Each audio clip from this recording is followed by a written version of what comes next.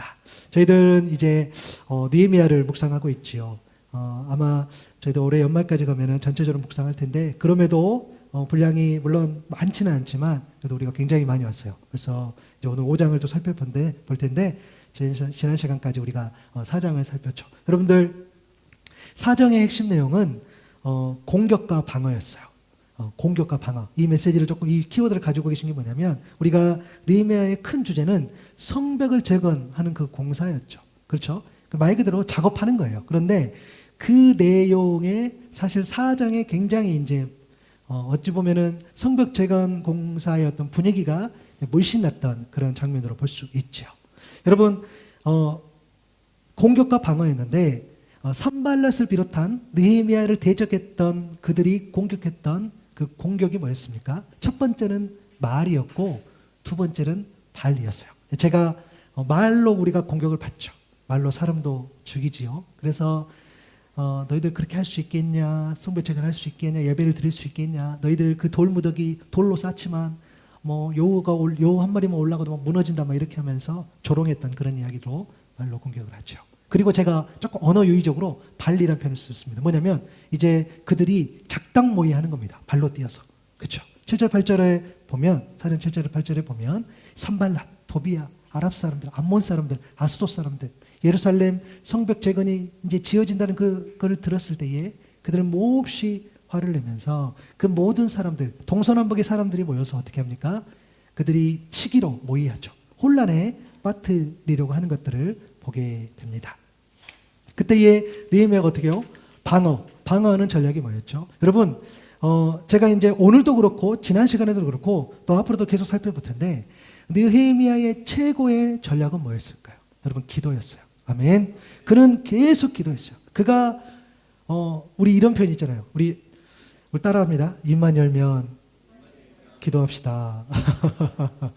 사실 이런 표현이 더 어울리죠. 입만 열면 거짓말하는 거, 그죠? 우리 이런 거를 관용어로 쓰기도 하는데, 그죠?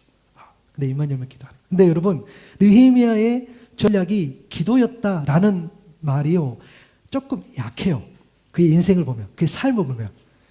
느헤미야의 최고의 강점은 뭐였냐면, 여러분, 기도만 하지 않았다는 거. 아멘. 기도만 하지 않았다는 거예요. 여러분의 최고의 강점이, 여러분이 정말 이 땅을 살아갔을 때에 여러분의 최고의 어떤 달란트, 여러분의 최고의 어떤 힘, 여러분의 어떤 삶의 어떤 그런 그 동력이 기도만 하지 않았습니다 라가 될 수 있기를 바랍니다. 기도와 행동의 균형이 있었다는 거예요.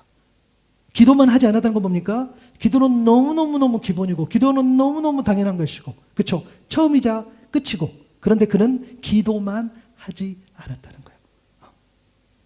그의 어떤 모습들을 보면 우리가 알 수 있겠죠. 그의 방어 전략 첫 번째가 뭐였습니까? 4장 15절을 보는 것처럼 그는 기도하면서 말했죠. 하나님이 그들의 음모를 어떻게 해요? 헛되게 하셨다는 거예요. 개역개정에 보면 그들의 꾀를 패하셨다고 이야기해요.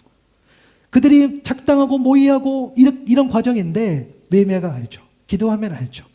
하나님께서 그들의 꾀를, 그들의 음모를 헛되게 하셨다고 그거 고백하면서 그는 어떻게 합니까? 방어합니다.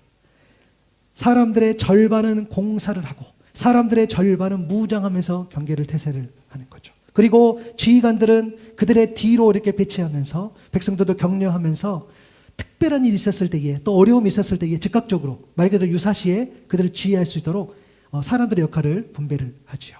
그리고 작업하는 사람들, 그러니까 성벽 재건 공사하는 사람들은 이중적으로 수행해요. 느헤미야상 17절과 18절을 보면은 우리 지난주 계속 묵상했죠. 한 손에는 짐을 들었어요. 이것을 하기 위해서. 그러니까 성벽 재건 공사 어찌 보면 안에서 작업하는 느낌이죠. 그런 뉘앙스로 보시면 돼요. 한 손에는 짐을 다루고 또 한 손에는 무기를 잡음으로써 또 저마다 허리에 칼을 차고 일을 하면서 내가 열심히 하나님의 일을 감당하지만 또 외부로부터 오는 공격들을 막아내는, 그렇죠? 이 일도 하고 이 일도 하면서 다 중요해.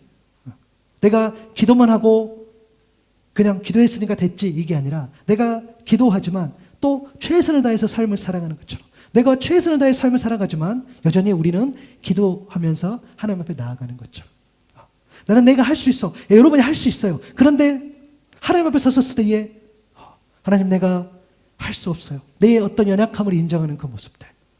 그는 그렇게 방어하는 거죠. 그리고 결정적인 방어가 있었어요. 뭐냐면 바로 나팔 소리였어요. 느헤미야 4장 19절 하반절과 20절에 보면은 이 공사는 어때요? 크고 넓으니까 우리가 성에서 떨어져 거리가 멀어. 그러니까 여러분 성벽을 재건하면서 공사가 이렇게 진행이 되면 사람들이 멀리 떨어져 있어요. 그러니까 어떤 어려움이 있고 위험한 일이 있으면은 서로 방어할 수 없고 한쪽이 무너질 수 있단 말이에요. 그래서 나팔 소리를 통해서 모이는 것들에 대한 그런 어떤 조금 요즘 표현을 쓴다면은 연합할 수 있는 그런 시스템이 구축이 된 거죠. 느헤미야를 통해서. 이 나팔 소리를 통해서. 그러면서 그가 뭐라고 얘기했습니까? 나팔 소리를 듣 것은 모여서 나와와. 우리 하나님이 우리를 위하여 싸우시리라. 아멘. 우리 하나님이 우리를 위하여 싸우신다. 우리 하나님이 우리를 위하여 싸우신다. 너희들 나팔 소리를 들었을 때에 나와라 라고 이야기를 하는 거죠. 물론 나팔 소리가 구심점이 되어서 어떤 인간의 경고, 그렇죠. 그 경고가 되어서 모인다라고 우리가 말할 수 있으나 조금 더 우리가 그 의미를 넓혀보면 이것은 하나님께서 이 전쟁을 주관해 주시고 하나님께서 우리와 함께 해주시고 하나님께서 이 일에 대한 모든 것들을 주관하신다라는 그런 영적인 신호, 영적인 떨림, 영적인 울림이라 할 수 있는 줄로 믿습니다. 그 소리. 여러분, 우리 하나님은 우리를 위해 싸우신다는 것은요, 느헤미야의 믿음이고 느헤미야의 신앙 고백이지만 동시에 역사적인 사실이었다는 거예요. 자, 여러분, 우리 하나님이 우리를 위해서 앞으로 싸우실 줄로 믿습니다. 아멘. 맞아요. 여러분의 삶 가운데 앞으로 어떤 일이 펼쳐질지 모르겠으나 여러분이 어떤 일로 고민하고 때로는 어려움도 겪고 때로는 승승장구도 하고 그것은 우리의 미래는 잘 모르겠으나 하나님께서 반드시 우리를 위하여 싸우실 줄로 믿습니다. 이것은 우리의 미래형이라는 표현이겠죠. 그러나 우리의 삶을 한번 돌이켜 보십시오. 과거에도 하나님은 우리를 위해서 싸우신 줄로 믿습니다. 그리고 오늘도 지금도 걸어가는 이 과정 가운데도 우리를 위하여 싸우시는 그 하나님. 그러니까 미래형이지만 여전히 과거형이기도 하고 현재형이기도 한 우리를 위하여 싸우시는 그 하나님. 느헤미야는 그렇게 들어오는 공격을 어떻게 해요? 방어하면서. 그리고 그는 어떻게 했습니까? 항상 백성들과 고난을 함께하고 가장 수고스럽고 가장 앞장선 그 자리에서 그는 리더로서 그의 역할을 잘 감당했어요. 또 이스라엘 백성들 또한 하나가 되어서 그를 잘 따랐어요. 그러니까 사전까지의 분위기를 보면 굉장히 문제 없어 보이죠.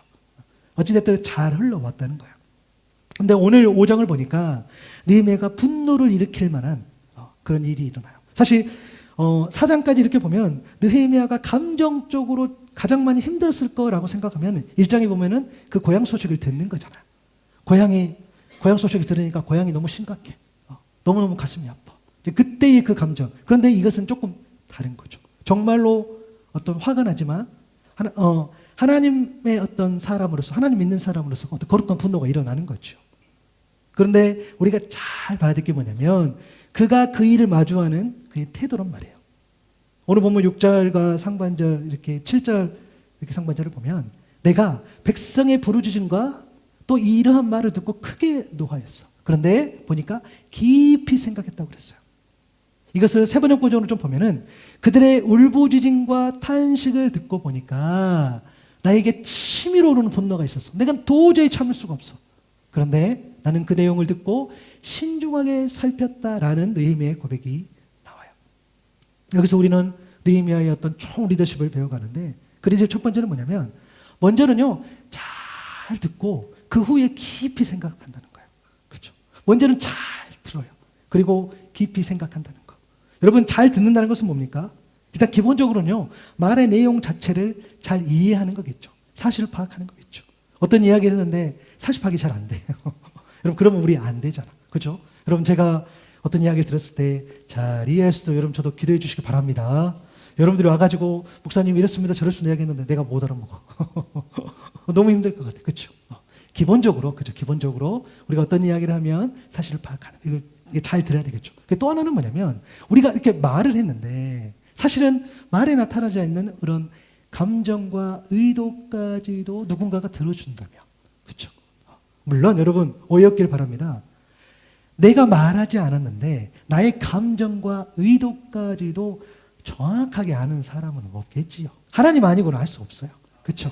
할 수 없어요. 그런데 우리가 잘 듣는다는 관점에서 보면, 그래서 우리는 내 생각과 경험과 혹은 어떤 지혜나 경험을 내서 내가 듣는 것이 아니라 먼저는 누군가 말했을 때 어떤 기쁨이나 슬픔이나 그런 아픔 같은 그런 어떤 감정들 혹은 안타까움이나 고통에 대해서 공감해 주는 게 너무 중요하다는 거예요. 그것을 그렇게 하지 않고서, 그러니까 말하는 사람의 입장, 말하는 사람의 언어, 말하는 사람의 감정을 우리가 조금만 더 헤아려 본다면 그의 말하는 감정과 그의 말하는 의도를 우리가 그래도 어느 정도 파악해 줄 수 있지 않을까. 그러한 상황이라면, 여러분, 그러한 사람이 있다면 내 인생 가운데, 내 삶 가운데에 내 말을 들어주고 내 감정과 내 의도까지도 알아주는 사람이 있다면 참 좋을 것 같아요. 그렇죠? 근데 여러분, 우리 이럴 때가 있어요. 나는 그냥 말하고 싶어서 말했는데 이게 내 감정과 내 의도인데, 듣는 사람은 어떻게 합니까? 그런 이야기를 듣고 막 충고해주고 조언해주고, 물론 그럴 수 있지요. 그럴 수 있죠. 그런데 우리 그럴 때가 사실 있잖아요. 나는 그냥 어떤 답을 찾는 게 아니라 나는 그냥 말하고 싶었어. 내가 말하고 싶어서 아이고 집사님 내가 이랬어요 라고 하니까 앉아서 듣고 나를 배려한다고 이렇게 해야 됩니다. 저렇게 해야 됩니다.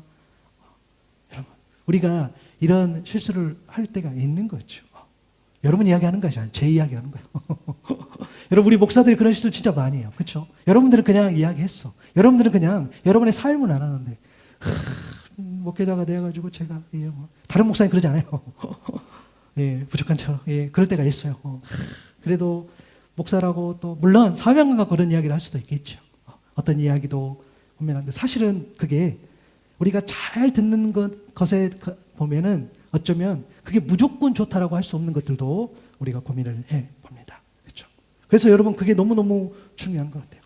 내가 듣는 것들. 그런데 느헤미야를 보니까 들었단 말이에요. 그 상황을 일단 들었단 말이에요. 그렇죠? 그 내용들이 펼쳐진단 말이에요. 여러분, 야고보서 1장 19절의 말씀을 한번 읽어볼게요. 읽겠습니다. 시작. 나의 사랑하는 신도 여러분, 여러분은 이것을 알아두십시오. 누구든지 듣기는 빨리 하고 말하기는 더디 하고 노하기도 더디 하십시오. 아멘. 여러분, 듣는 것은 빨리 들어야 돼요. 우리가 들을 수 있다면 누군가 말했을 때 잘 들어주세요. 그런데 말하기는 더디 하고 노하기도 더디 한다고 한다면, 그렇죠? 우리가 잘 들어줄 수 있는 거죠. 그렇죠? 그리고 여러분, 잘 듣고 깊이 생각한다는 것은 뭡니까? 여러분, 우리가 정말 이 부분도 조금 더 집중해야 되는 게 뭐냐면, 우리가 깊이 생각한다는 의미에서는요, 먼저는 여러분 객관적으로 생각해 보는 게 너무너무 중요해요. 스스로도. 그렇죠? 여러분, 우리는요, 상대방이 나와 친밀한 관계이면은요, 객관적이지 못해. 내가 그 사람을 사랑하고 그 사람과의 친분이 있기 때문에, 그 사람을 좋아하고 그 사람과 애정이 있기 때문에 그 사람 유리하게 듣고 싶다는 거야. 내 아내가 그렇고 내 남편이 그렇고 내 자식이 그러겠죠. 어떤 이야기 들었을 때에 우리는 주관적으로 듣고 싶어 하죠. 내 위주로. 그리고 나에게 불리하고 손해가 될지언정, 그렇죠? 사실은 나에게 불리하고 손해가 되기 때문에 나는 여전히, 그렇죠? 그렇게 생각하는 거죠. 나에게 유리한 쪽으로, 나에게 불리한 쪽이 아니라 나에게 잘 되는 쪽. 그럴 때가 우리가 훨씬 많다는 거예요. 그렇죠? 그래서 객관적인 시선을 갖는 것이 사실은 너무너무 중요한데 그렇기가 어려울 때가 많다는 거예요. 그렇죠? 근데 우리는요, 철저하게 우리 스스로는, 여러분, 우리가 말하지 않는 이상 우리의 생각과 우리의 말들을 잘 몰라요. 그런데 나는 내가 알죠. 여러분이 안단 말이에요. 그러니까 우리가 정말로 무언가를 깊이 생각한다는 것의 시작이 정말 객관적으로 생각해 보는 게 너무너무 중요해요. 특히 우리 신앙인들은 우리의 삶과 우리의 신앙을 너무너무 객관화할 필요가 있다는 거예요. 그것이 너무너무 중요해요. 하나님 중심적으로. 아멘. 기준은 언제나 하나님이라는 거예요. 하나님 이 정도면 되겠죠. 하나님 이 정도면 되겠죠. 그거 맞다니까요. 그런데 내가 깊이 생각하고 깊이 고민하고 나아갔을 때는 뭡니까? 나를 객관화하는 게 너무 중요하다는 거예요. 여러분, 빌립보서 4장 8절에 보니까 마지막으로 형제 여러분, 무엇이든지 참된 것, 무엇이든지 경건한 것, 무엇이든지 옳은 것, 무엇이든지 순결한 것, 무엇이든지 사랑스러운 것, 무엇이든지 명예로운 것, 무엇이든지 덕이 되고 칭찬할 만한 것, 그리고 이런 것들을 여러분 홀똘히 생각하십시오. 그렇게 고민합니다. 신앙 안에서 나를 객관하는 것, 그렇죠? 그것들이 온전히 되어졌을 때에 우리는 하나님 보시기에 합당하게 더 깊이 생각할 수 있다라는 거예요. 그리고 생각한다는 그 의미 안에는요, 상의하고 의견을 묻고 논쟁하는 것까지도 포함된다는 거예요. 그렇죠? 여러분, 나 혼자 아니요, 할 수 없어요. 그리고 나 혼자 생각하는 걸로 세상 살아갈 수 없고 그렇게 할 수도 없어요. 그렇죠? 그래서 우리는 상의도 필요하고 의견도 묻는 것도 필요하고 할 수만 있다면 하나님 보시기에 합당한 일에 논쟁하는 것까지 포함된단 말이에요. 그렇죠? 잠언 15장 22절의 말씀처럼 의논 없이 세워진 계획은 실패하지만 좋은 자들이 많으면 그 계획은 이루어진다는 거예요. 의논 없이 세워진 계획. 특히 여러분 교회 안에서도 맞아요.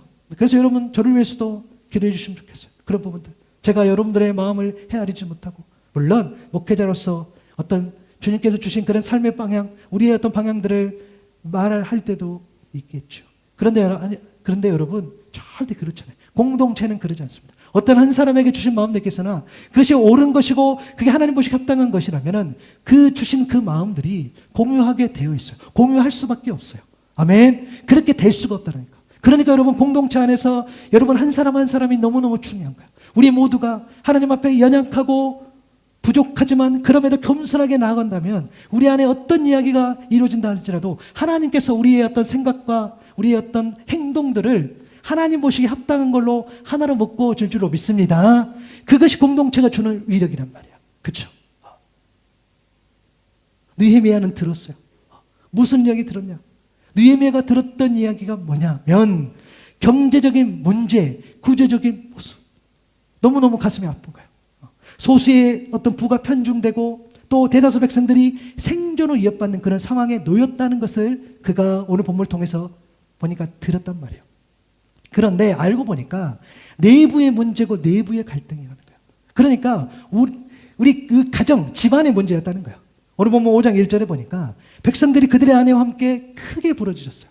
그리고 사람들을 원망했다 그랬어요. 여러분 사실은요 그냥 넘어갈 수 있는 본문이지만 좀 특별한 본문이에요. 왜요? 여성이 표현돼요. 너무 죄송한데 당시 여성들의 지를 생각해 보면 굉장히 이례적인 표현. 아내와 함께 크게 부르짖었다. 원망했다라는 이야기가 나와요. 그리고 2절과 3절과 4절을 보니까 어떤 사람 뭐라고 얘기하냐면 양식을 얻어먹고 살아야겠다. 없어. 먹을 게 없어. 3절에도 보니까 밭과 포도원과 집이라도 저당 잡혀서 이 흉년의 곡식을 얻자. 그러니까 저당 잡힌 이야기가 나오고 흉년의 곡식을 얻자는 이야기가 나온다는 거예요.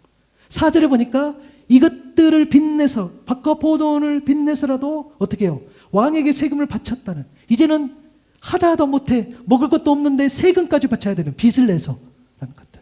그런데 여러분 기도 안 차요. 5절에 보니까 우리 형제, 우리 육체도 우리 형제와 육체 같다고 했는데 그들의 자녀와 가끈을 우리 자녀를 종으로 판다도다. 벌써 종된 자가 있고 우리의 밭과 포도원이 이미 남은 것이 되었어.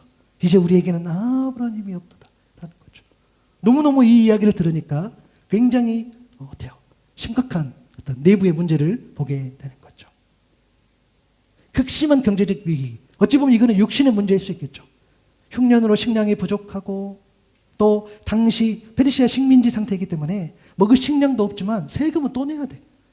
아니 흉년이고 식량도 없는데 세금을 감면해 주면 좋겠어? 아니요. 세금을 더 걷어가. 그리고 나중에는 안 되니까 담보로 돈도 빌려야 되고 라는 상황들. 그리고 진짜 너무 이거는 우리 모두가 이 말씀을 봤을 때에 하나님 앞에 같이 서운했으면 좋겠어요. 뭐냐면 물론 우리 하나님 서운하면 안 되지만 하나님 성벽 재건 그거 하는 거 그들이 돈 받고 하는 거 아니잖아요. 그들이 정말 자발적으로 어떻게든 그 공동체를 한번 꾸려보려고 그 공동체를 살려보려고 좀 같이 움직이는 않은데 그러다 보니까 그 일에 집중하다 보니까 본인의 생업에 조금 뒤로 할 수 있잖아요. 내가 내 자식 먹여야 되지만 일단 좀 조금 놔두고서라도 일단 하나님 보시기에 합당한 그 일을 공동체적으로 해야 되는 그 일에 참여했단 말이에요. 그런데 나는 배고프고 자식들은 굶어가고 어려운 상황 가운데 이런 상황들을 겪게 되는 그런 장면이라는 거예요. 그러니까 사실 더 슬픈 거죠. 그런데 거기에다가 너무너무 안타까운 구조적인 사회 문제까지 자녀들이 노예해야 되고 여러분 이것은요 좀 다른 문제인 것 같아요. 그죠? 종으로 팔고 벌써 종된 자가 있고 나중에 이것들은 고리대금하고 착취로도 막 이어져요. 지금 멀리 나와가지고 나라에서도 버림받아가지고 지금 이 어려운 상황인데 같은 동족끼리 똘똘 뭉쳐도 될까 할까 말까인데 그 안에서 어떻게 합니까? 고리대금이 이어지고 자식들이 팔려가기도 하고 배고프고 이런 일들인 거죠. 여러분, 이러한 문제는요, 결국에는 신앙의 공동체의 어떤 정체성, 또 내부의 어떤 그런 결속력이 굉장히 무너지는 치명적인 일이라는 거예요. 여러분, 우리가요, 전쟁 중에 가장 치열한 전쟁은 내전이란 말이 있어요. 그렇죠? 우리가 막 포탄이 떨어지고 수십만 군대가 이렇게 밀려 맞아요. 근데 여러분 아시잖아요. 우리 대한민국의 어떤 과거의 역사를 보더라도, 혹은 어떤 세계사의 어떤 역사를 보더라도, 막 싸워서 막 이겨내더라고요. 그렇죠? 밖에서 오는 적은 막 버티기도 하고 많잖아요. 우리 할 말 많죠. 조선시대 이야기하면 많죠. 그렇게 열악한 때이지만 막 이겨내요. 자랑스럽죠. 그렇죠? 이런 것들. 그런데 이상하게 훨씬 더 많이 아무것도 아닐 것 같은 그런 내부에서 일어나는 그런 갈등 때문에 공동체가 사실은 무너진다는 거예요. 그냥 밖에서 들어오는 공격 때문에 무너진 것이 아니라 내부에서, 집안 싸움에서, 형제들과 싸움에서, 같은 뼈끼리 그런 권력 다툼 이런 것들이 이러다 보니까 치명타를 받는 거죠. 그러니까 스스로 무너지고 만다는 거예요. 그렇죠? 그리고 여러분, 잠언 4장 23절의 말씀처럼, 여러분 이 말씀 한번 같이 읽어볼게요. 시작. 모든 지킬 만한 것 중에 더욱 네 마음을 지키라. 생명의 근원이 이에서 남이니라. 아멘. 여러분, 내전 중에 가장 무서운 내전, 나와의 싸움. 외부의 어려움들 막 같이 이겨내. 어떻게든 막 이겨내. 그런데 내가 내 속사람하고 싸워낼 때에 내가 무너져. 특히 이 마음이 무너졌을 때는 너무너무 치명타가 되는 거예요. 여러분, 내가 무너지면 아내와의 관계도 무너지고 자식과의 관계도 무너지고 공동체 관계도 무너지고 그냥 막 쓰나미처럼 밀려가는 거죠. 그런 것을 의미하는 거예요. 사실 그렇게 될 수 있죠. 어떻게 동족끼리도 우리가 힘을 합쳐야 되는데 라는 상황 가운데에 그런 어려움들, 그런 걸 듣는 거죠. 가정도 교회도 공동체도 여러분 결국에 대부분의 무너지는 이유가 바로 이 내전이라는 거예요. 가까운 사람과의 다툼, 또 나를 이겨내지 못하는 그런 상황이 오면 무너지면 다 무너지는 것들을 보게 되는 거죠. 여러분, 지난 금요일이었습니다. 지난 금요일 해봤자 오늘 주일이니까 며칠 안 되죠. 사실 저희 가족 잠깐 얘기하면 나름의 자체 여름 휴가를 계획하고 어디 간 건 아니고 그래서 막 계획을 세웠어. 우리가 어디 여름에 못 가니까 또 그래도 좀 얘들 방학인데 사실 어디 간 적도 없고 하니까 조금 시간을 내서 잠깐이라도 여기 하노이 어디라도 이렇게 생각을 하다가 이제 그 프로젝트 첫 번째로 드마리스 30% 할인권을 받아서 죄송해요. 이거 저희만 알고 있었을 때 그런 건 아닌 것 같아. 가보니까 사람 엄청 많더라고. 하여튼 아내가 어디서 듣고 왔어요. 그래가지고 애들하고 같이 우리가 큰 맘 먹고 드마리 30% 그거 해서 식사하러 갔는데, 여러분 그날 낮에 비 엄청 온 거 아시죠? 밥을 먹고 이렇게 밖에서 이렇게 좀 확인하고 있는데 거기 이제 있었는데 비가 오는지 몰랐어요. 그날 본당에 물이 또 찬 거예요. 그래가지고 저쪽에를 막아놨고 다 하고 왔고 낮이어서 낮에 물이 찬 적이 없거든요. 물이 여기까지 흥건하더라고. 그래서 제가 너무너무 속상해가지고 이거 그냥 이제 막 마음이 무너지기 시작하니까 그걸 그렇게 대비를 하고 또 집주인 저기도 막아주고 했었는데 이게 막아놓은 게 좀 낮았나 봐요. 이게 결국에 넘쳤어요. 넘쳐가지고 여기까지 하고 다 드러내고 사진 한번 좀 보여줄래요? 있지 않나요? 예, 아내가 열심히 하고 있죠. 이쪽으로 다 들어가지고 이렇게 해가지고 되게 슬픈 여자 한 명 있죠. 말씀 뒤로 빼죠. 여러분, 그래서 제가 갑자기 이런 게 하나님, 제가 언제 이 우리 교회 생각하면서 물론 이제 오늘 이렇게 처음 오신 우리 김사님, 우리 어머님 아버지는 여기 물이 어떻게 차지 이렇게 하실 수 있을 것 같긴 합니다. 이 베란다 양쪽에 역류를 해가지고 물이 이렇게 들어와가지고요. 그래서 여기가 물이 흥건했어요. 그랬는데 그래서 아니 하나님, 제가 언제 사람 채워달라 그랬지 이렇게 본당에 물을 채워주십니까? 죄송해요. 오늘 좀 찌질해 보이면 안 되는데 좀 찌질하네요. 그렇죠? 너무 속상해가지고 이런 것들, 그렇죠? 마음이 이제 멀어지는 거죠. 속상했어요. 안 좋죠. 이런 것들. 여러분, 베드로전서 5장 8절 9절의 말씀처럼 정신을 차리고 깨어 있으십시오. 여러분의 원수인 악마가 우는 사람같이 삼킬차를 찾아 두루다니는 거예요. 여러분, 사탄이요 어마어마하게 큰 군대로 막 공격해가지고 아니요, 그러지 않아요. 그럴 필요도 없어. 그냥 우리의 마음들, 그렇죠? 막 삼킬자를 주로 타는 거. 그래서 9절에 보면은 믿음에 굳게 서서 악마를 대적하는 거. 이 마음을 지켜내라 이야기하는 거겠죠. 다른 게 어려운 게 아닌 거죠. 이 내전을 잘 버텨내야 되는 거죠. 이런 것들. 그런 과정. 그런데 느헤미야가요, 그런 것들을 보니까 그런 내용들을 들었단 말이에요. 들었어. 그리고 그 후에 깊이 도 생각했어요. 그리고 그 다음에 보이는 리더십이 뭐냐면 바로 즉시 구체적인 행동으로 옮겼다라는 거예요. 듣고 깊이 생각하고, 그런데 바로 구체적인 행동으로 옮겼던 것이 오늘 본문의 내용이에요. 여러분, 우리가 잘 듣는 거, 깊이 생각하는 것까지는요, 사실 어느 정도 다 하는 것 같기도 합니다. 시간도 들이고 고민도 하고 듣기도 하고 자료도 찾아보고 다 해요. 그런데 구체적인 행동까지 옮기는 것은 또 다른 문제인 것 같아요. 참 그게 너무너무 어려운 거죠.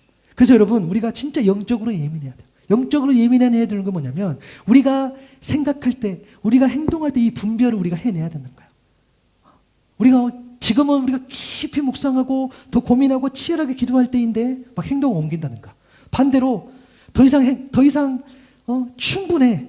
깊이 고민하고 생각 다 했어. 그러면 또 삶으로 살아내는 행동이 필요한데 또 그것은 뒤로 미루고 우리의 그런 모습들을 보게 된다는 거예요. 여러분, 오늘 보면 7절에 보니까 깊이 생각했어요. 그리고 느헤미야가 뭐라고 이야기했습니까? 그들에게 이르기를, 첫 번째 메시지가 뭐냐면 너희가 각기 형제들에게 높은 이자를 취하는도다 하고 대회를 열었다라는 표현을 해요.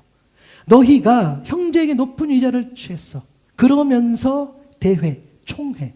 영어 성경 보면은 public meeting으로 되어 있어요. 그러니까 공적인 자리. 그러니까 이 이야기를 공론화하는 모습을 보게 돼요.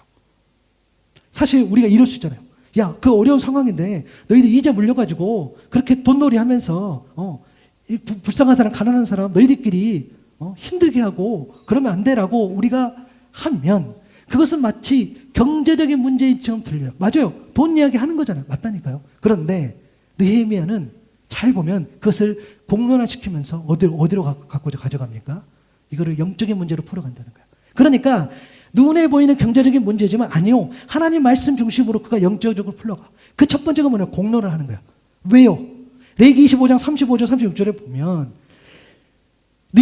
느헤미야가 했던 이야기가 뭡니까? 너희 각기 형제에게 높은 이자를 취하는도다 했는데 너희가 이자 내가 빌려줬으니까 이자를 취할 수도 있고 받아도 되는 거 아니냐라고 했는데 아니요. 레위기 25장 35, 36절에 보면 하나님 마음은 뭡니까? 너희 성족 가운데 아주 가난해서 도저히 자기 힘만으로 살아갈 수 없는 사람이 너희 곁에 살면, 사실 느헤미야 공동체 분위기랑 사실은 별반 차이 없어요. 똑같아요. 그렇죠? 너는 그를 돌봐줘야 돼.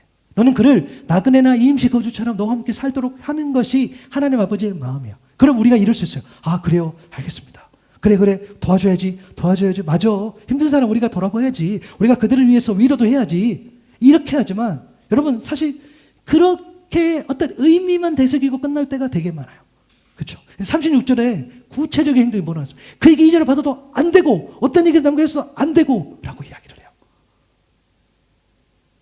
그게 받아 안 된다는 거예요. 구체적으로. 아니, 이자는 빌려줬으니까 받지 마. 야, 그렇게 하지 마. 앞에 그것이 말뿐이 아니라는 것을 하나님도 이야기해 주는 거예요.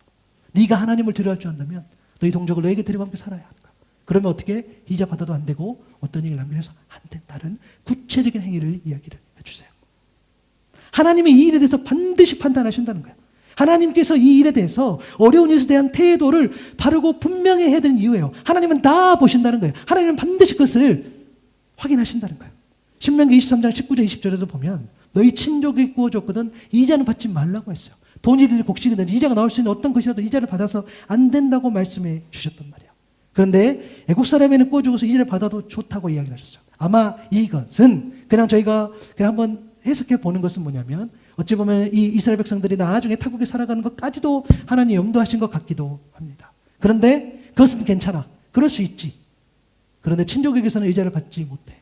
너희가 하는 그런 모든 일에 너희 하나님의 복을 주실 거다. 너희들만의 그 약속을 지켰다면, 그 말씀대로 순종했다면 하나님께서 너에게 복을 주실 거야 라고 이야기하는 거죠. 여러분, 참 이 부분 묵상하면서 저에게 주신 어떤 문구가 있어요. 뭐냐면 하나님의 말씀을 정말 세상이 지금도 감당하지 못해요. 어찌 보면 세상 사람들은 하나님의 말씀을 옛날 말씀이고 과거의 말씀이고 믿을 수 없는 말씀이고 수천 년, 최소 수천 년 전의 말씀, 그냥 고리타분한 말씀이라고 하지만 세상은 지금도 하나님의 말씀을 어떻게 해요? 감당하지 못해. 여러분, 누가 이 말씀을 지금 이 시대에 감당하겠어요? 이웃을 돌보는 것, 사랑하는 것, 어찌 보면 내 권리를 포기하고 내 것도 내어놓는 그 삶을 우리는 여전히 이 세상 가운데서 세상을 여전히 감당하고 못하는 것.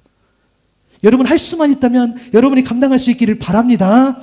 여러분, 이 문자 맞아요. 우리가 지금 살아가는 이 시대에 뭔가를 빌려주고 맑은 이 경제 활동에 대해서 여러분, 우리가 문자 그대로를 지켜야 한다는 말씀을 드린다는 것이 아니에요. 당시에는 하나님께서 이 샘플을 주시면서 이 내용을 주시면서 그렇게 살아가기로 그대로 훈련시킬 때 그렇게 얘기했지만 오늘 이 시대에 적용하는 또 다를 수 있겠죠. 그러나 하나님의 말씀, 우리 이 원 내용을 우리가 알고 있어야 합니다. 하나님이 원하시는 것은, 그렇죠, 이웃을 사랑하는 거였고 그들을 그렇게 외면하는 것이 아니었단 말이에요. 그리고 누에 5장 8절에 보니까 말하는 거죠. 우리는 이방 사람들에게 팔려서 종이 된 유다인 동포를 애써 몸값을 치르고 데려왔다. 아마 그렇게 했던 경험이 있었던 것 추정이 돼요. 정확한 내용은 아니지만. 그런데 지금 너희들은 동포를 또 팔고 있다는 거예요. 야, 어떻게 그럴 수가 있어? 우리는 어떻게든 한 사람이라도 살리려고 하고 우리는 어떻게 이 어려운 시기에 한 명이라도 더 구하려고 하는데 너희는 어떻게 그렇게 할 수가 있어? 라고 이야기하는 거예요. 사람들이 아무도 없고 아무 말도 없고 할 말이 없다라는 내용이 있어요.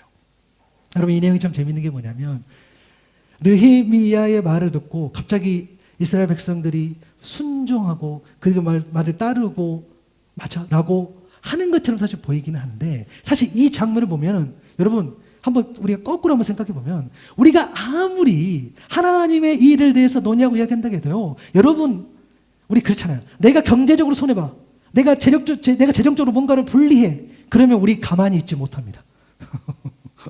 우리 못 참어. 미안해요, 여러분. 너무 진실을 말해서. 근데 이상해요. 우리가 아무리 선한 일을 감당한다고 해도 갑자기 나만 돈 더 내라고 하면 좀 불편해요. 낼 수 있죠. 근데 이건 제가 지나갈 말로 했지만 우리 그럴 때가 많다는 거예요. 내 것도 포기하고 이런 것들. 그러니까 지금 내용을 좀 보게 되면 뭐냐면 마치 그들이 이스라엘 백성이 순종했던 것처럼 보이가 아니요. 저는 그렇게 보지 않습니다. 이것은 뭐냐면 하나님께서 이 느헤미야를 통해서, 그러니까 지금 이 문제, 사실은 이런 문제, 이런 민감한 문제를 여겼을 때는 사람들은 거기에 대해서 반대하고 그것이 너무너무 지나치고라고 말할 수 있죠. 그런데 지금 상황은 뭐냐면 느헤미야를 단순하게 그냥 어떤 그 무리의 어떤 정치적인 리더로 그가 세워진 것이 아니요. 하나님이 그를 그렇게 쓰는 것이 아니라 그를 그 집단의 영적인 리더로 쓴다는 거예요. 하나님이 그를 통해서 영적인 리더십을 발휘하는 거예요. 그러니까 하나님의 권위로, 영적인 그 권위로, 그 말씀의 권위로, 이것은, 이 내용은 내 생각과 느헤미야 개인의 의견이 아니라 하나님의 말씀이다. 하나님께서 이것을 원하지 않는다. 하나님께서 이러한 우리의 태도의 삶을 싫어하신다. 라는 이야기. 그 하나님의 마음, 그 하나님의 시선, 그 기준은 온전히 말씀이었다. 그러니까 이들이 말을 못하는 거죠. 아니면 느헤미야가 말하는 것 같지만 느헤미야의 말이 아닌 것을 아는 거죠. 여러분, 그것이 우리 삶 가운데 너무 중요해요. 여러분이 여러분 삶 가운데 살아갔을 때, 여러분이 여러분 인생 가운데 가고 있었을 때에, 여러분이 어떤 이야기를 할 때에, 여러분이 하나님 말씀을 듣고 이야기했을 때에 그것이 다른 사람으로 하여금 그 사람이 사람의 생각을 말하는 것이 아니라 정말 하나님의 말씀, 하나님의 생각, 하나님의 시선으로 말하고 이야기하는구나. 여러분이 세상 가운데서 그런 판단을 받을 수 있기를 바랍니다. 여러분이 가서 그런 이야기 했어. 그 사람 생각인 것 같지만 맞아. 하나님 그렇지. 하나님 그렇게 보시지. 하나님 그렇게 생각하시지. 하나님 그렇게 원하시지. 라는 것들. 느헤미야의 말이 그렇게 해서 그들은 사실 어떻게 보면은 그 영적인 권위에 압도되는 거죠. 왜냐하면 할 말이 없어.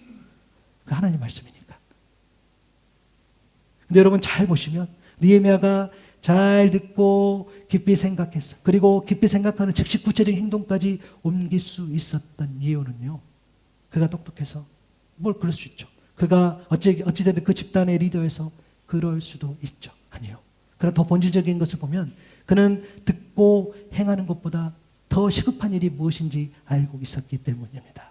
오늘 본문 9절에 보니까 내가 또 이르기를 너희의 소행이 좋지 못하다. 우리의 대적 이방 사람의 비방을 생각하고 우리 하나님을 경외하는 가운데 한 것이 아니냐. 이것을 조금 풀어서 보니까 야, 너희들의 처사, 너희들의 행동, 너희들의 생각, 너희들의 지금의 삶의 형태는 옳지 않아. 이방인 원수들에게도 웃음거리가 되지 않으려거든. 세상에도 손가락받지 않으려거든. 하나님을 두려워하면서 살아야 한다. 아멘. 하나님을 경외하면서 살아야 한다라고 이야기해요. 그가 느헤미야가 잘 듣고 깊이 생각하고 그리고 즉시 행동으로 옮길 수 있었던 것은 그는 하나님을 경외함으로 두려워하며 살았기 때문입니다. 아멘. 그에게 있어서 가장 시급한 건 뭡니까? 그의 생각, 그의 행동. 맞아요. 내가 생각을 정말 잘하고 내가 행위도 정말 잘하고 그것도 우리에게 너무너무 중요하지만 더 시급하고 더 본질적인 게 뭡니까? 내가 하나님을 향한 그 온전한 마음, 하나님을 공경하고 하나님을 존경하고 하나님을 경외하는 그 마음을 온전히 유지하는 것. 그것이 가장 시급하고 가장 먼저 해야 되는 것으로 믿습니다. 그가 그 하나님을 경외하는 마음이 있었기 때문에 그의 생각과 그의 행동이 그렇게 되어진다는 거예요. 여러분, 우리 이것을 놓치면 안 돼요. 여러분, 신앙생활을 하면서 여러분 열심히 하기 때문에 경력이 쌓아서 연륜이 쌓아서 내가 더 깊어져서 물론 그런 것들로서 우리가 깊어질 수도 있겠죠. 그러나 여러분, 우리는 자만하거나 착각하지 않는데 여러분도 알고 나도 알아. 우리요 몇십 년씩 신앙생활 하면요 그래요 우리 충분해. 우리 믿음 좋은 사람처럼 포장할 수 있어. 아멘. 여러분 저 좀 그래도 주일날 이렇게 보면은 좀 친절하게 보이잖아요. 아닌가? 속일 수 있어. 속일 수 있어. 할 수 있다니까. 왜 못해? 다 할 수 있어. 그렇죠? 할 수 있어. 그런데 그것으로 하나님의 마음을 울리고 또 하나님의 사람들의 그 마음을 울릴 수는 없죠. 그런 어떤 뭐하는 척 하는 걸로 안 돼. 그렇게 할 수 없어. 하나님을 경외하는 것이 뭡니까? 하나님의 은혜, 하나님의 그 자비에 압도된 그 울림. 너무너무 두렵고 떨리는 것이 무서워서가 아니라 그 은혜 때문에, 그 사랑 때문에, 견딜 수 없는 그 감격과 감동 때문에. 사실은 추상적이어서 설명하기는 너무 어렵지만 그러나 우리는 그 하나님 허락하신 그 은혜가 있는 거죠. 그렇죠? 그래서 여러분, 우리는요 공동체를 향한 느헤미야의 본질적 질문을 우리는 생각해 볼 수 있어야 돼요. 과연 너희에게 하나님을 경외하는 마음, 하나님을 두려워하는 마음이 여전히 남아 있는가? 오늘 느헤미야는 공동체에게 질문하는 거예요.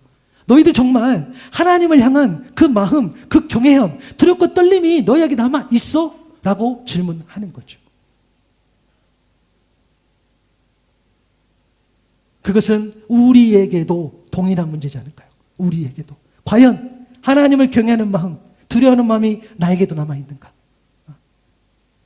경제적인 문제, 사회 어떤 구조적인 문제, 또 사회적인 문제, 또 뭐 어떤 문화적인 그런 모든 문제를 풀어가는 데 있어서 과연 우리는 두려워하는 마음으로 그를 가지고 하나님 앞에 그 마음을 가지고 우리는 그 문제를 대하고 있는가? 이것이 이 시대에 우리에게 직면한 질문이고 문제이지 않을까 싶어요. 느헤미야의 하나님을 향한 경외함은 뭐였습니까? 하나님 앞에서 말과 행동이 일치하는 하나님의 사람으로 살아갔다는 거예요. 하나님 앞에서 말씀을 기준으로 살아가는 그 삶이겠죠. 말과 행동이 그는 늘 일치하려고 애쓰는 그런 삶이었고, 그것은 뭡니까? 행함이 있는 믿음의 삶이었죠. 그리고 하나님의 사람으로 살아가, 하나님의 자녀, 그 정체성으로 그는 그렇게 살아갔다는 거예요. 그 내용이 여러분 10절부터 쭉 나와 있어요.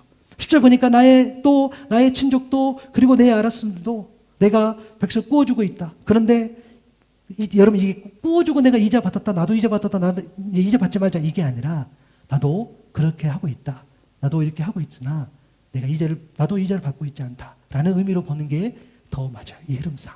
그러니까 너희도 이제부터는 백성에게서 이자 받는 것을 그만둬라. 여러분, 이게 너무너무 사실은 큰 행동입니다. 아니, 너무너무 당연하게 생각하는 것, 너무너무 보편적으로 생각하는 것, 다 누구나 그렇게 살아갔던 그런 삶 가운데에 이제 그거 그만합시다 라고 이야기하는 거예요. 왜 그렇겠어요? 느헤미야의 생각입니까?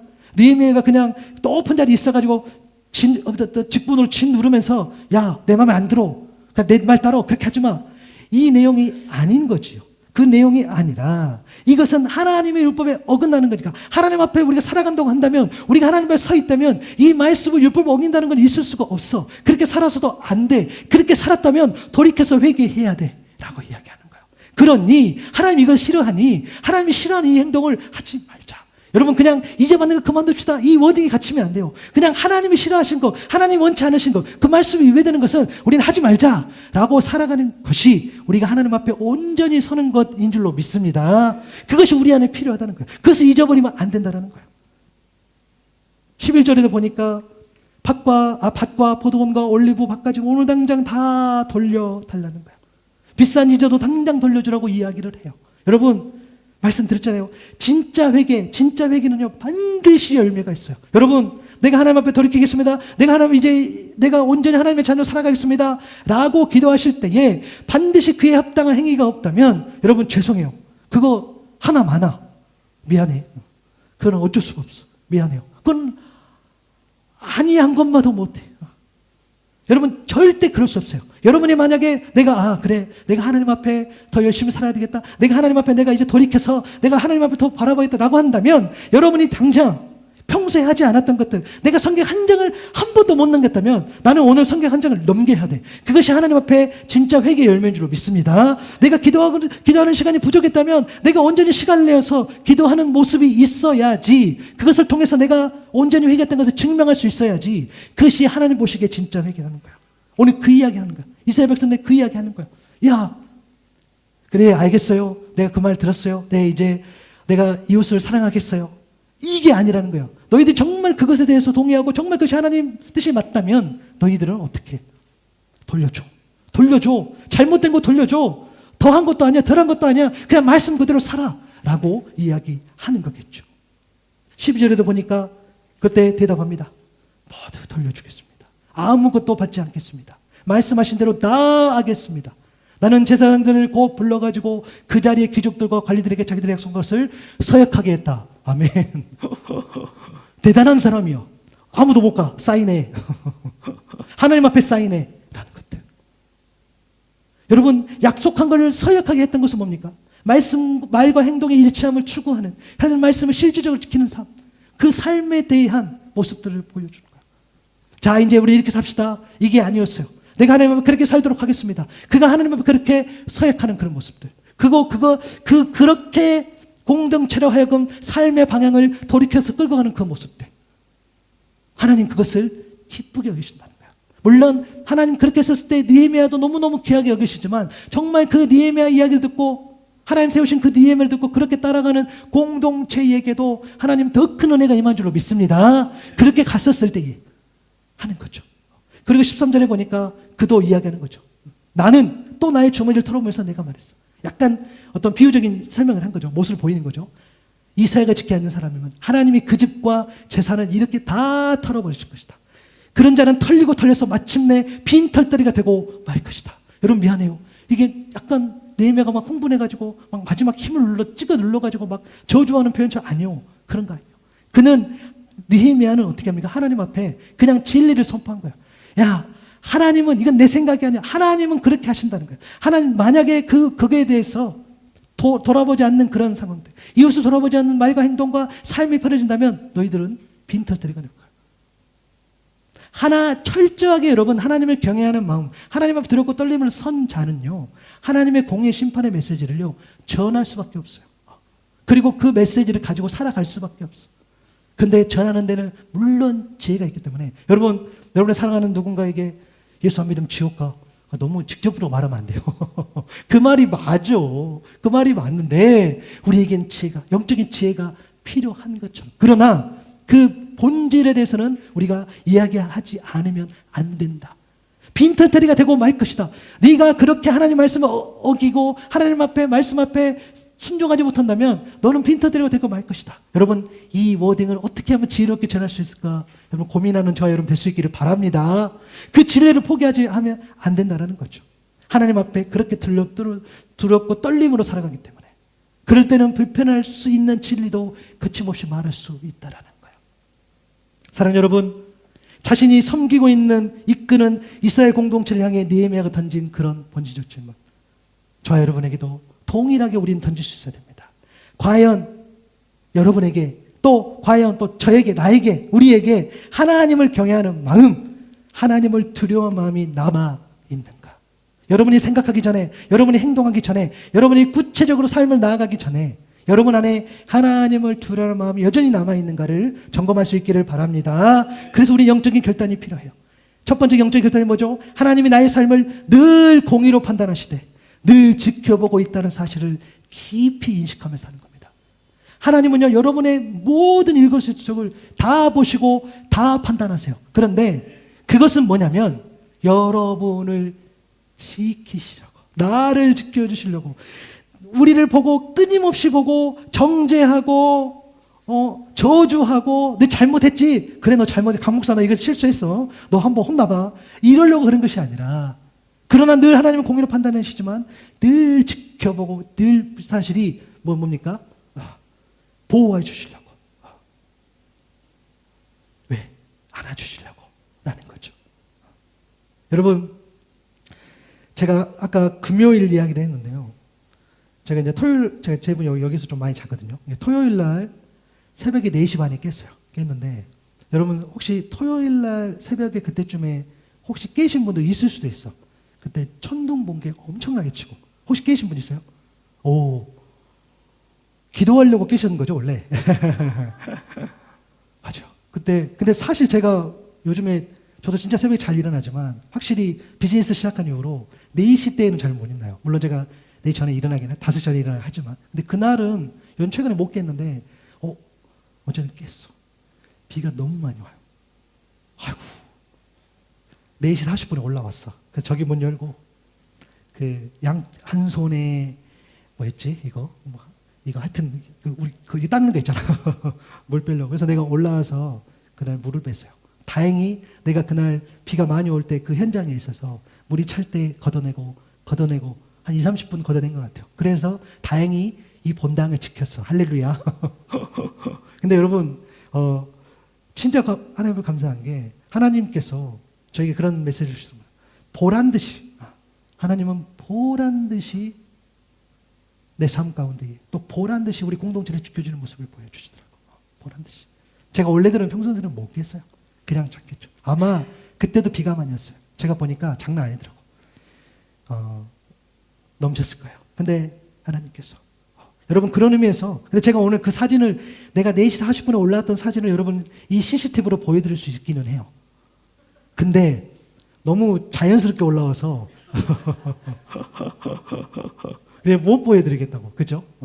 여러분, 근데 하나님이 지켜주시는 거, 본다는 건 뭐냐면, 여러분, 하나님의 CCTV는요, 영원토록 모든 것을, 보이는 것, 보이지 않는 것 전부 다 촬영된다는 거예요. 아멘. 왜? 지켜주시려고. 우리를 정죄하려는 것이 아니라 지켜주시고 보호해 주시려고. 보호란 듯이 너희가 그렇게 때로는 그래 힘들어 알아. 네가 불평도 수도 있지. 네가 아파할 수도 있지. 네가 절망할 수도 있지. 네가 힘들어서 울 수도 있지. 그런데 우리 하나님께서는 놀랍게도 보호란 듯이 우리를 지켜주시는 분인 줄 믿습니다. 시편 121편 4절에서 실려보니까 보아라, 이스라엘 지키시는 분은 졸지도 않으시고 주무시지도 않으신다. 저는 잘 수 있었어요. 자고 있었어요. 근데 우리 하나님 졸지도 않으시고 주무시지 않았어. 새벽 4시 반에 흔들어 깨우는 거. 야, 물차 올라가서 뭘 빼. 5절에 보니까 주님은 너를 지키시는 분, 주님은 내 오른쪽에 서서 너를 보호하는 그늘이 되어주시니 낮에도 너를 해치지 못하고 밤에 달도 너를 해치지 못할 거야. 너를 모든 재난에서 지켜주시고 네 생명을 지켜주실 거야. 아멘.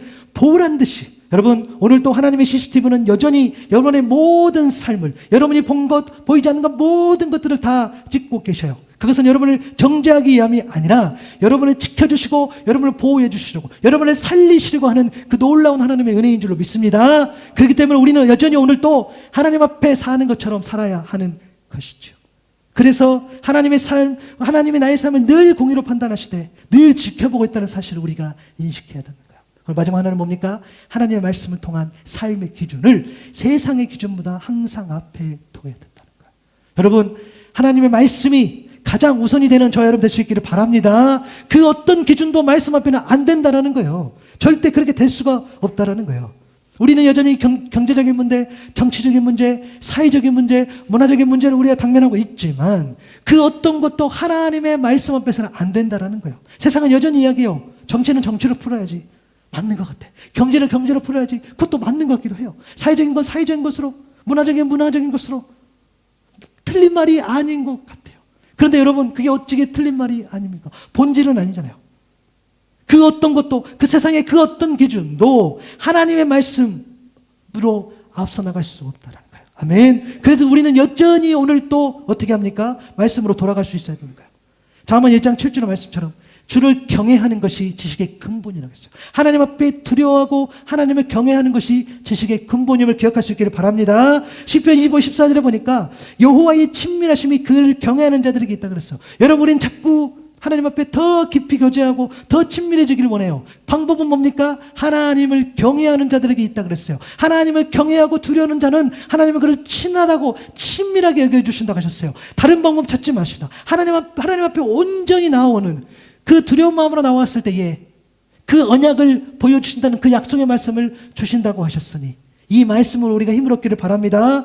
열왕기하 17장 39절의 말씀처럼 오직 너희는 주 너희의 하나님을 경외해야 된다. 그분만이 너희를 모든 원수의 손을 구원하여 주실 것이다. 하나님을 경외했을 때에 우리는 우리의 모든 원수의 손에서 구원받는다는 거예요. 이 말씀이 우리에게 힘이 될 수 있기를 바랍니다. 이 말씀이 세상의 그 어떤 기준보다 앞선 모든 것들을 초월할 수 있는 그 말씀인 거죠. 잠언 19장 17절의 말씀처럼 가난한 자를 불쌍히 여기는 것은 여호와께 구워드리는 것이니 그의 선행을 그에게 갚아주시리라. 아멘. 느헤미야 공동체가 하는 이야기겠죠. 야, 하나님께서 갚아주신다는 거야. 너희들이 그렇게 생각하고 이자도 받아야 되겠고 내가 뭐도 해야 되겠고 그냥 보통 세상의 기준도 그렇게 살아가야 되는 것이 틀린 것이 아닐 수 있을지라도 생각할지 모르겠으나 아니, 너희의 권리를 포기했을 때에 그래도 네가 할 만한 선택을, 그래도 힘들지만 하나님 보시기에 아름다운 선택을 했을 때에 나도 힘들지만 누군가의 짐을 덜어주고 누군가가 일어날 수 있도록 부추겨주는 그런 삶, 그러한 연약한 자를 도우는 그런 삶, 그것은 하나님께 구워드리는 것이 하나님께서 반드시 갚아주신 것. 여러분, 오늘 이후, 이 시간 이후 여러분들 가난한 자를 불쌍히 여김으로 정말 하나님 앞에 구워드림으로 하나님께서 여러분이 갚아주심을 경험하는 그런 신앙의 경험을 늘 할 수 있기를 바랍니다. 하나님께서 구워주신다. 하나님께 구워준다는 거예요. 느헤미야와 이스라엘 공동체가 하나님을 경외하는 마음으로서 이웃을 대한다면 그 유익은 반드시 돌아온다. 느헤미야는 그걸 알고 있었어요. 물론 그 워딩이 너희들 그렇게 하면 안 돼 라는 워딩, 그런 말이었을 수도 있겠으나 그의 본질적인 의도, 그 마음은 하나님께 돌아왔을 때에 하나님이 채워주신데 왜 네 생각과 네 행동으로 네가 원하는 대로 그 문제를 해결하려고 하느냐라는 그 질문. 그러니 오늘 또 여전히 먼저 우리가 하나님 앞에 엎드려야 되겠습니다. 여전히 먼저 우리가 잘 들어야 되겠고 잘 행동해야 되겠고 구체적인 실천까지 나아가야 되겠지만 그러나 그것보다 더 시급한 일이 있으니 하나님을 경외하고 하나님을 두려워하고 하나님을 붙잡는 그 인생, 하나님 앞에 서는 인생, 그 인생이 우리 안에 먼저 회복될 수 있기를 바랍니다.